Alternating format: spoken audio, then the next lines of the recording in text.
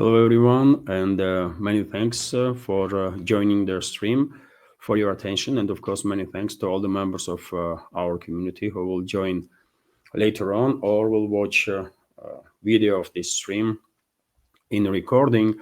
Today is, of course, 20th of May. Now it's 11 o'clock in the morning, Moscow time, and I have prepared quite a number of news and some major developments, and hopefully you will find this episode informative and useful. I will, just a reminder, members of our community, that after news segment, which is going to be in the first part of the stream, if I will receive through donation platforms where I have accounts, any donation with a question or commentary between the streams, and I have morning and evening stream.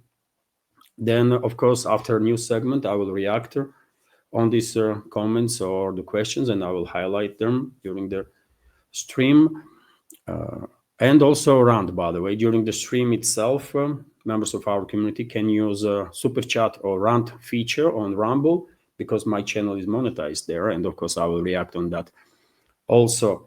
And one more thing, dear friends, sorry it taking long, but to avoid any confusion, I will just say for members of our community that if they are looking for a full video of this live stream, on Rumble it's easy. All videos are right next to each other, no matter it's a live stream or pre-recorded. But on YouTube there is directories, and if you scroll on my page, you can see a playlist of my live streams, all my live streams, and also you can just click live, and all live stream videos will open that I have ever made, and there is quite a lot of it there. So that's been said, dear friends, let's go through some news now. And first, of course, I will share with you latest information that is available about yesterday's Trump-Putin talk. I did share some information about outcome of these talks right before I end yesterday's evening news live stream. But anyways, I think many members of our community will find it interesting to know what was the first reactions and the rest.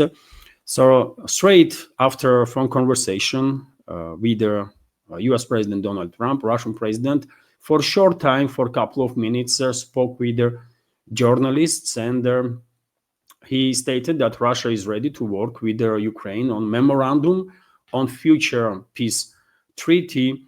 Let's go for a little more details through this news here.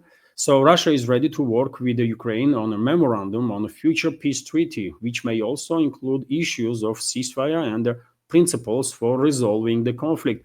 Russian President Vladimir Putin told the journalists following a phone conversation with US leader Donald Trump. We have a quote here from Russian President: Russia will propose and is ready to work with Ukrainian side on memorandum regarding a possible future peace treaty, with their definition of a number of positions, such as, for example, the principles of settlement, the timing of their possible peace agreement, and so on, including a possible ceasefire for a certain period if the relevant agreements are reached, Putin said. And also he added that shortly after his statement, either Peskov, press spokesman of the Russian president, or his aide Ushakov will share with public additional information about talks that took place between presidents of two countries. And that's exactly what happened. Shortly after, aide of Russian president Ushakov made additional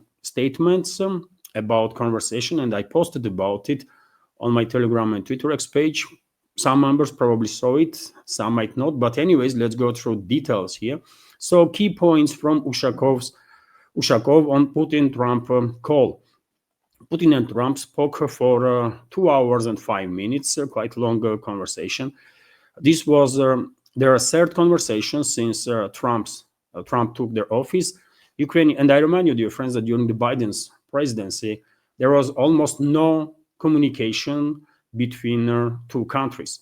not just on the level of presidents, but basically there was no communication practically in any level, which was obviously significant setback in many ways.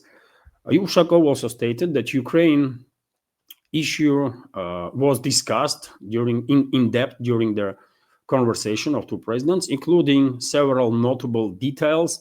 No timeline for a ceasefire was mentioned. The conversation was personal and candid, with both addressing each other by the first name and frequently diverging from their script.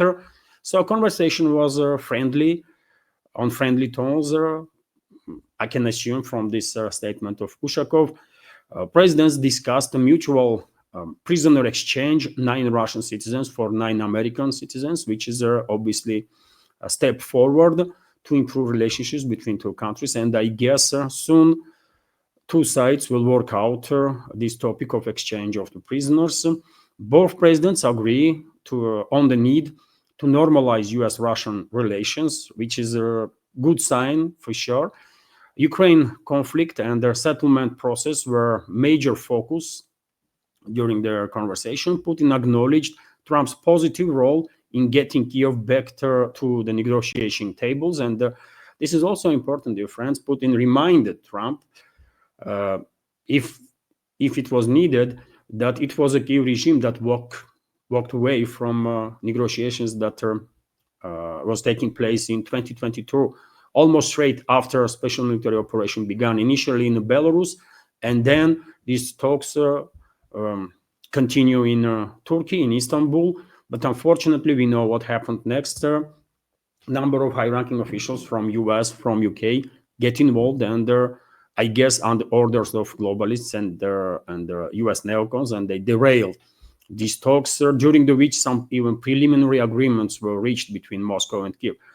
So, Putin thanked US president for his role in getting Kiev back to a negotiating table. Trump said he sees Russia as a key US trade and economic partner once the Ukraine situation is resolved, which is also a good statement. And there is plenty of areas, obviously, that two countries can cooperate in economical terms.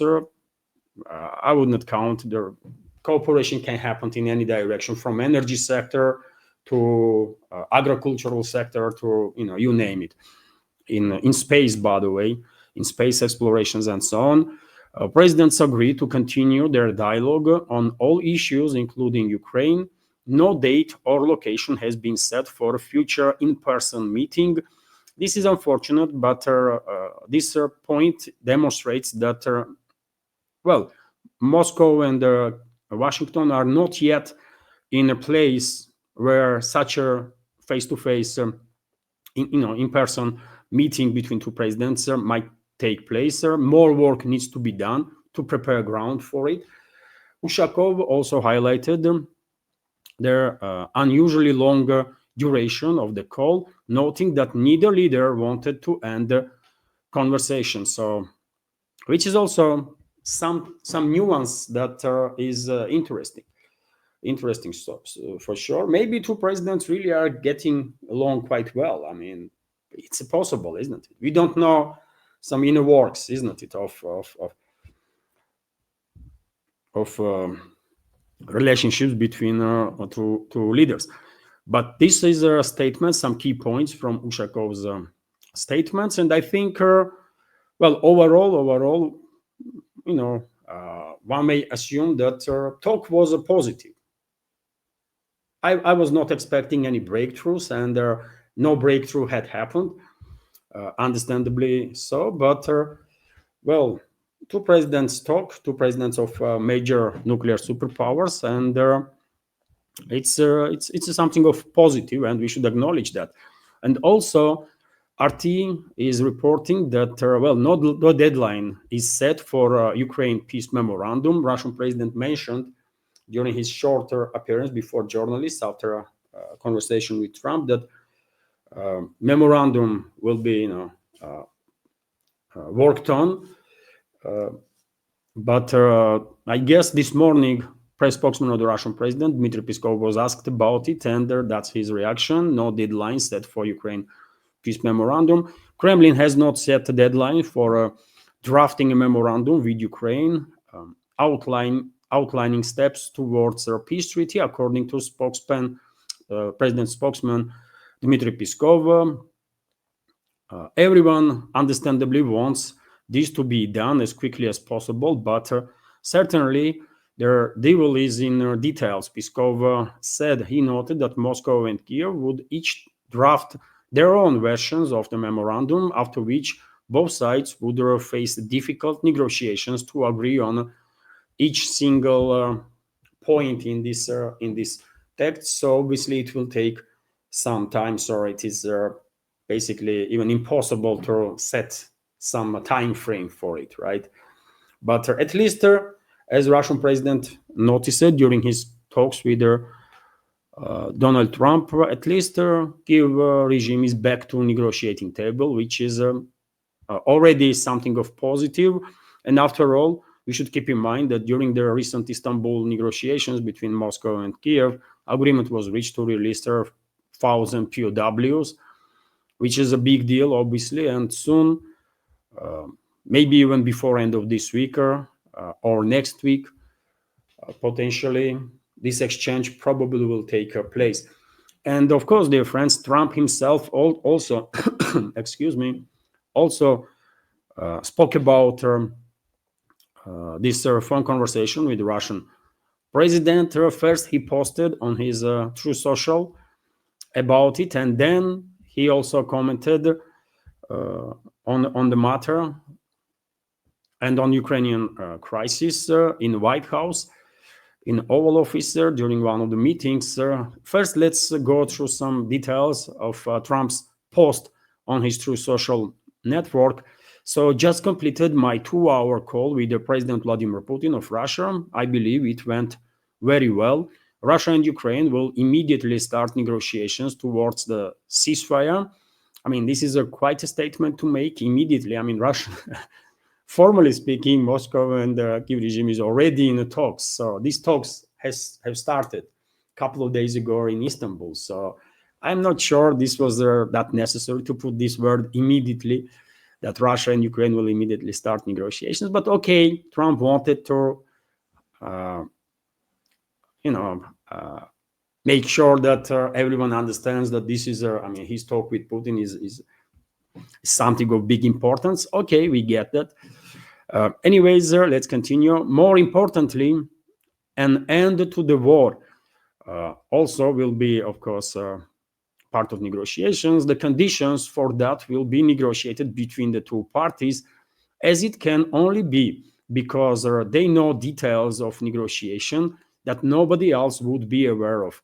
The tone and the spirit of conversation was excellent. If it was not, I would say so now rather than later. Russia wants to do large-scale trade with the United States when this catastrophic bloodbath is over.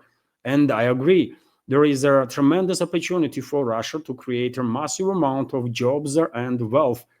And dear friends, I think there is a tremendous opportunity for US in cooperation, in economical cooperation with Russia, because I don't know about US, but Russia is already experiencing a huge deficit of workforce, right?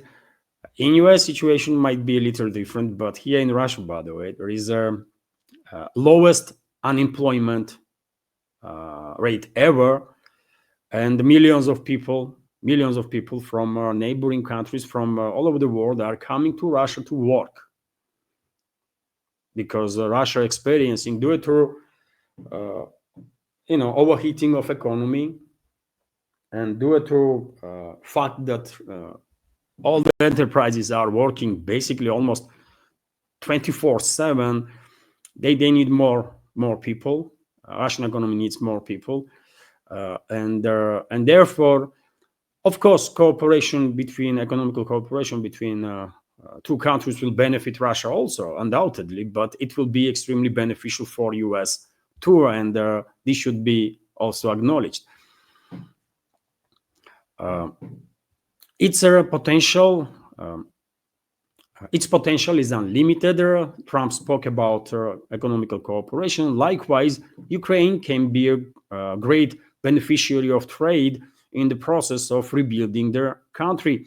Negotiations between Russia and Ukraine will begin immediately. I have so informed President Vladimir Zelensky of Ukraine, Ursula von der Leyen, President of the European Commission, President Emmanuel Macron of France, Prime Minister Giorgia Meloni of Italy, Chancellor Friedrich Merz of Germany, and President Alexander Stubb of Finland.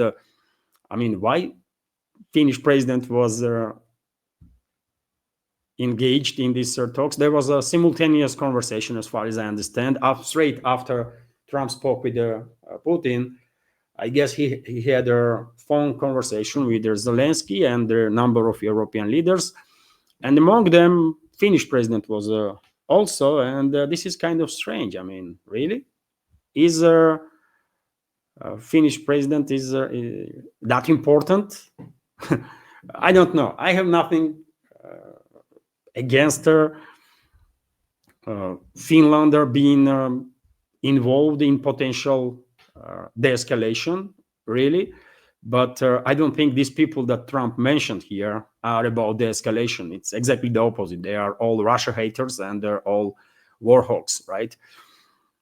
But anyways, the Vatican, as represented by their Pope, has stated that it would be very interested in hosting the negotiations. Let the process begin. Trump stated all this stuff on his post on True Social, and after that, as I said, he also made number of statements in Oval Office. Let's go through the statements also, because I think it is important. We are talking about president of a major nuclear superpower, isn't it?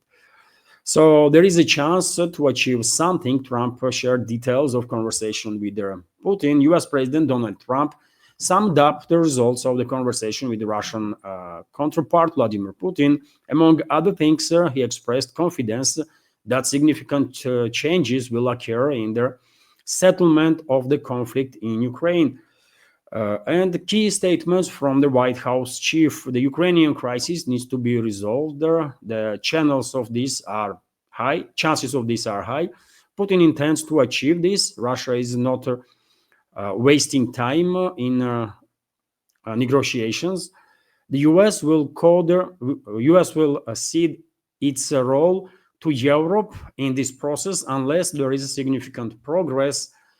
Trump also said that he thinks something will happen. There are very big egos involved, but he thinks something is going to happen.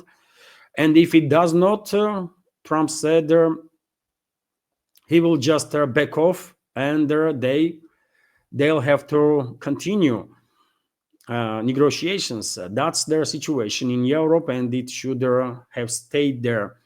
So he once again highlighted basically that this confrontation is not really U.S. conflict; it's European issue and should stay as a European issue. And I guess Trump still on the page that he wants to pull off U.S. from this proxy war. Maybe I'm misreading something, misunderstanding something, but that's the impression that I have. And great if my reading of big picture in this on this matter is correct.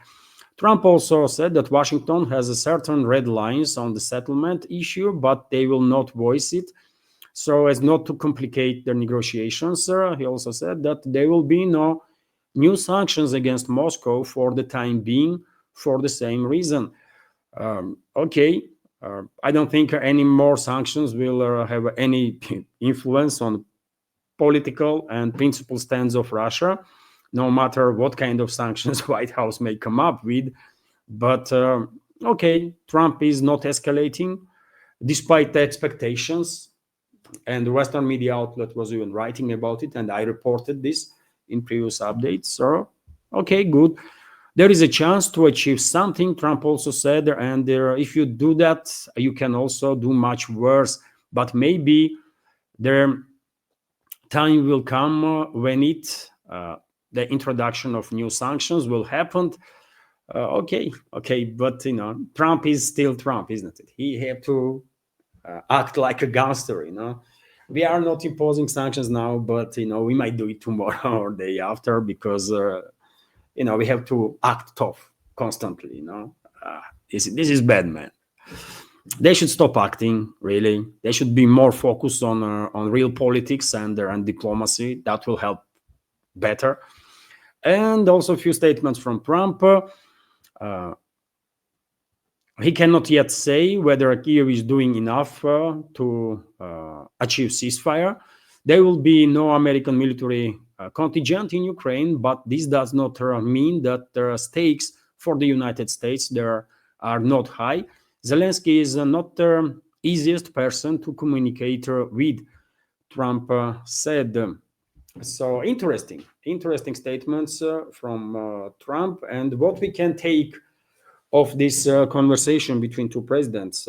Well, first of all, it is clear that two presidents are getting along quite well, and sometimes in politics this is important. Personal relationships, also, but this is not the main take, right, for this from this conversation. Also, seems like Trump and his inner circle and forces that are behind the current administration, in my personal opinion, are still on the page of de-escalating with Moscow, and they're pulling out US from this proxy war that globalists are waging against Russia. And that's why Trump's statements was quite chill, right? Quite diplomatic. Despite some moments of bragging about being tough and stuff, like on topic of sanctions, for example. But in general, Trump's statements were very polite, diplomatic, which is good stuff. And if Trump, his team, forces that are behind him will find courage to confront globalists. Some of their members are doing this, at least partially, but if all of them, will find courage to confront globalists and to say publicly that it's this degenerate force of globalists that are really pushing for this for escalation all over the world, including for prolongation of this proxy war against Russia, then I think it will be much easier for Washington to really de-escalate with Moscow and find some common ground. Two countries may not reach a friendly level of relationships for decades to come, although there is a potential there. But at least in upcoming years, Russia and US may reach a level of cooperation that are at least on a good working level, which will be beneficial for both, obviously. And my hope is that current leadership of US and forces, these America First forces that are behind them, are on the same page. Hopefully that is going to be the case. Dear friends, if you like my work, please help me to maintain and basically save this independent media project. You can assist through several ways. You can buy me coffee through Coffee platform, or donate through PayPal and Boosty platforms, or you can subscribe to my Patreon page or on page that I have on the Boosty. All the links are on this video description box and in the pinned comment, including crypto address. Many thanks to everyone who already helped. Truly grateful.